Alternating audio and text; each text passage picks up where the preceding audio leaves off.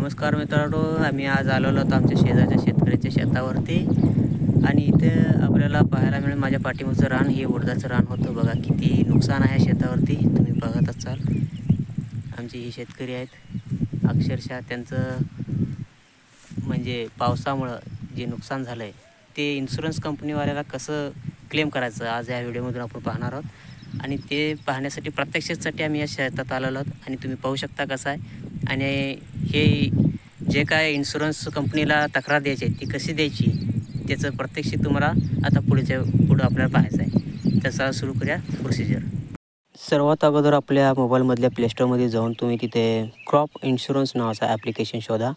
Crop insurance application शोधून झालं की त्याला इन्स्टॉल करा. माझ्याकडे इन्स्टॉल आहे त्यामुळे मी डायरेक्ट ओपन करतो आहे. ओपन केल्यानंतर हा इंटरफेस तुमच्यासमोर येईल. त्यामध्ये तुम्ही कंटिन्यू टू गाईड म्हणून ऑप्शनवरती क्लिक करायचा. त्यानंतर निवडायचा आहे ग्रॉस लॉस. त्याच्यामध्ये क्रॉप लॉस इंटिमेशन हा पर्याय सर्वात वरचा, त्याला क्लिक केल्यानंतर तिथं ऑप्शन येईल. त्याच्यामध्ये आपला मोबाईल नंबर लिंक टाकायचा आहे जो आपण पॉलिसी भरताना दिलेला होता. भरलेल्या मोबाईल नंबरवरती एक OTP येईल. तो OTP ह्याच्यामध्ये सबमिट करा. त्यानंतर पुढचा इंटरफेस ओपन होईल. इथे तुम्ही खरीपाचा सीझन निवडायचा आहे, वर्ष निवडायचा 2024.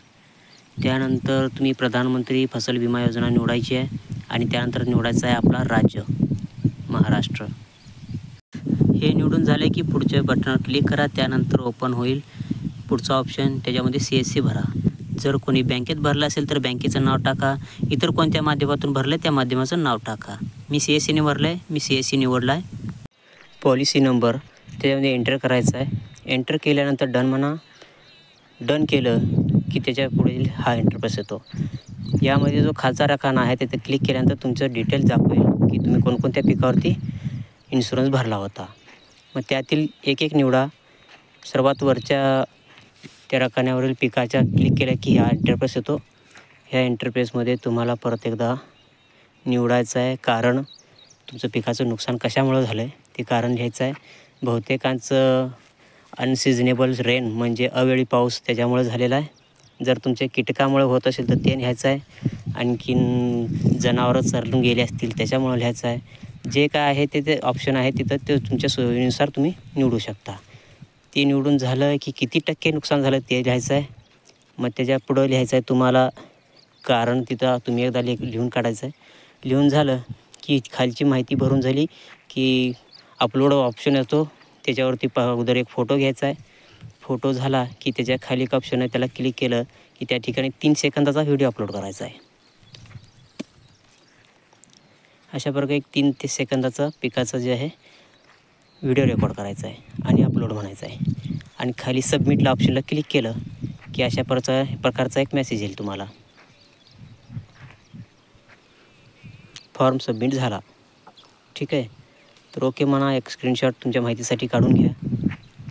आणि नंतर दुसऱ्या पिकाचा नंबर.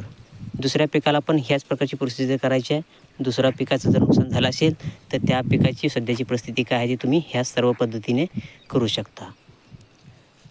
एकापेक्षा जास्त खात्यावरती अथवा एकापेक्षा जास्त खातेदारांना ज्यावेळेस तुम्ही विमा भरता त्यावेळेस विम्यामध्ये एकच मोबाईल नंबर जर वापरलेला असेल तर तो एकमेव OTP असतो जो लॉग इन करू शकतो.